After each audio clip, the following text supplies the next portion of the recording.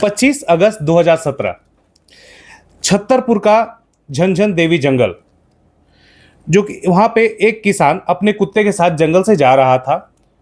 कुछ ही देर बाद कुत्ता झाड़ियों में कुछ खोजने लगता है। अचानक वह कुछ ऐसा लेकर बाहर निकलता है जिसे देखकर किसान की चीख निकल जाती है।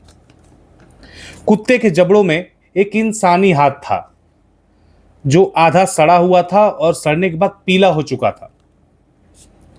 जब ये किसान ने इस स्थिति को देखा तो उसने तुरंत अपने मोबाइल से फोन किया पुलिस को।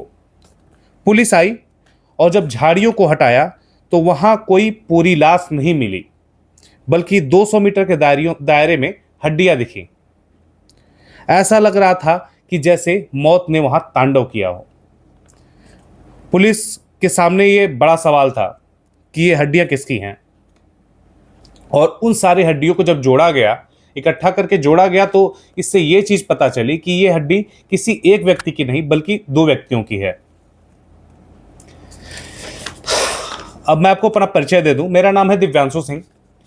मैं आप लोग के सामने छतरपुर के एक लड़का और लड़की जो कि बीएससी के छात्र और छात्रा थे, उनकी कहानी मैं आज आपको बता रहा हूं। उनके साथ कैसा दर्दनाक हादसा घटा इस झंझन देवी जंगल में। आइए हम आपको फ्लैशबैक में ले चलते हैं। 11 अगस्त, ठीक 11 दिन पहले, शहर के दो स्टूडेंट साक्षी और मोनू रहस्यमयी तरीके से गायब हो जाते हैं। परिवार को शक था कि वो दोनों भाग गए या भाग के शादी कर लिए। भाग के शादी करने की वजह यह थी कि ये दोनों, जिनका नाम साक्षी और मोनू है, ये एक दूसरे से प्रेम करते थे।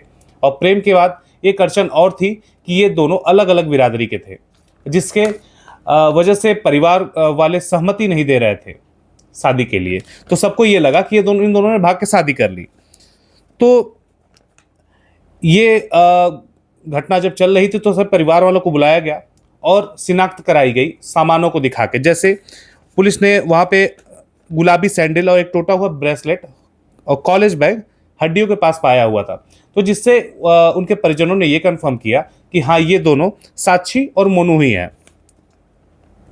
और जब इन सब के बाद जब ये पता चला तो पुलिस ने और तफ्तीश जारी की और उससे ये पता चला कि ये आत्महत्या नहीं है।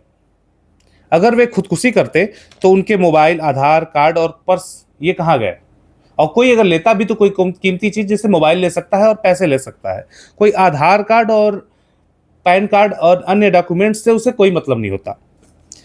अब सबसे बड़ा सस्पेंस तब पैदा होता है जब फॉरेंसिक टीम को वहां पे 2 इस्तेमाल किए हुए कंडोम मिलते हैं।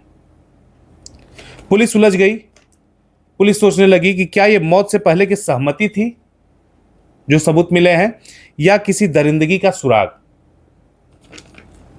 जांच शुरू होती है। पुलिस ने जब साक्षी का मोबाइल ट्रैक किया तो वह स्विच ऑफ आ रहा था, लेकिन अचानक 14 दिन बाद ही मोबाइल चालू हुआ और कुछ सेकंड्स के लिए चालू हुआ। लोकेशन मिली पास के ही एक गांव की। पुलिस जब जांच करती है तो गांव में जाती है, तो वहां पे कामता कुशवाहा नाम का आदमी जो मोबाइल चला रहा था उसे उठाती है। तो उसे पूछा जाता है कि आप ये मोबाइल कहां से पाए? तो कामता कुशवाहा बोलता है कि मेरा ही एक मित्र है देवेंद्र ने मुझे ये मोबाइल दी है। और जब पुलिस को पता चलता है तो वो देवेंद्र राय नाम के आदमी को, जो एक फार्म हाउस में काम करता था, उसे पकड़ती है। तो देवेंद्र ने एक अलग कहानी सुनाई। उसने एक सस्पेंस भरी कहानी सुनाई कि मैंने तो लाश को देखा और लाश के पास मोबाइल पड़ी थी, मैं मोबाइल उठा के वहां से निकल लिया। पर पुलिस की उसको आंखों में डर दिख रहा था। सस्पेंस गहरा गया। क्या एक मामूली नौकर 2 जवान लोगों को मारकर हड्डियां बिखेर सकता है, या इसके पीछे कोई बड़ा खिलाड़ी है? कड़ी से कड़ी जुड़ी और शक की सुई घूमी देवेंद्र राय के मालिक राकेश गिरी की तरफ। राकेश गिरी देवेंद्र राय का मालिक था, जो उस फार्म हाउस का मालिक भी था। तो पुलिस ने एक दांव खेला और उन्होंने जो घटना स्थल से कंडोम बरामद हुए थे उनको फॉरेंसिक के लिए भेज दिया, और इन दोनों के, जो देवेंद्र और राकेश है, इन दोनों के डीएनए सैंपल लिए और उन्हें फॉरेंसिक लैब भेज दिया। शहर में चर्चा थी कि यह सुसाइड है, पर फॉरेंसिक लैब की सीलबंदी रिपोर्ट ने वो राज खोला जो रूह कपा देने वाला था। डीएनए मैच हो गया। उस कंडोम पर मौजूद निशान उन दोनों दरिंदे राकेश और देवेंद्र के थे। और जब राकेश और देवेंद्र को गिरफ्तार किया गया, जब सलाखों के पीछे पुलिस ने उन पर सख्ती की, मारपीट की, यातनाएं की, तो उस काली रात का सच बाहर आया।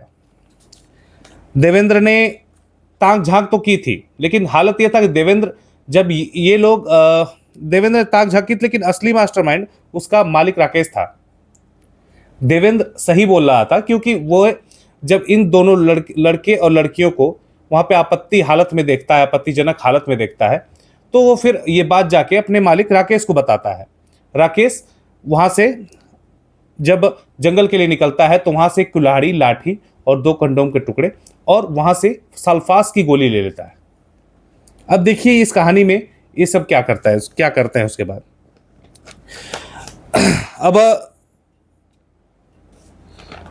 जब वहां पे राकेश पहुंचता है, तो राकेश मोनू के सिर पे डंडा मारता है, बहुत जोर से मारता है, जिससे मोनू अधमरी हालत में हो जाता है। वो दोनों मोनू के सामने ही साक्षी के साथ हैवानियत करते हैं, और अंत में जब उनका काम हो जाता है, तब वो रूह कपाने वाला काम जो करते हैं, उसे आप सुन के दंग रह जाएंगे। उन्होंने सल्फास की टिकिया को एक गिलास में घोला और इन दोनों बच्चों को, साक्षी और मोनू दोनों को जबरदस्ती पिला दिया, और दोनों वहीं लाश के पास बैठ के उनके मरने का इंतजार करते रहे। इतनी दर्दनाक मौत उन दोनों बच्चों को मिली, जिसके जिम्मेदार राकेश और देवेंद्र थे। हड्डियां इसलिए बिखरी थी कि 14 दिन से वह जानवर उन लाशों को नोचते रहे, और कातिलों को यह लगा था कि यह सबूत जानवर खा के मिटा देंगे। और लेकिन इन सब के बावजूद भी वो अपने वहां से कंडोम ले जाना भूल गए थे, जिसकी वजह से वो उम्र कैद की सजा पाए। अदालत ने उन्हें दोषी ठहराया और उन दोनों को उम्र कैद की सजा हुई। और छतरपुर की गलियां आज भी जो है साक्षी और मोनू की उन चीखों को याद कर सिहर जाती हैं। क्या आपको लगता है कि समाज की बदनामी का डर उन्हें उस खूनी जंगल तक ले गया? जो उन्हें समाज का डर था कि वो होटल में जाएंगे तो पकड़े जाएंगे, इसलिए उन्होंने इस जंगल, जिसका नाम था झंझन देवी जंगल, उस जंगल को अपने लिए सेफ समझा और वहां गए, और उनके साथ ये घटना घट गई। इसी तरीके से मैं आपके सामने सच्ची घटनाएं लेके आता रहूंगा।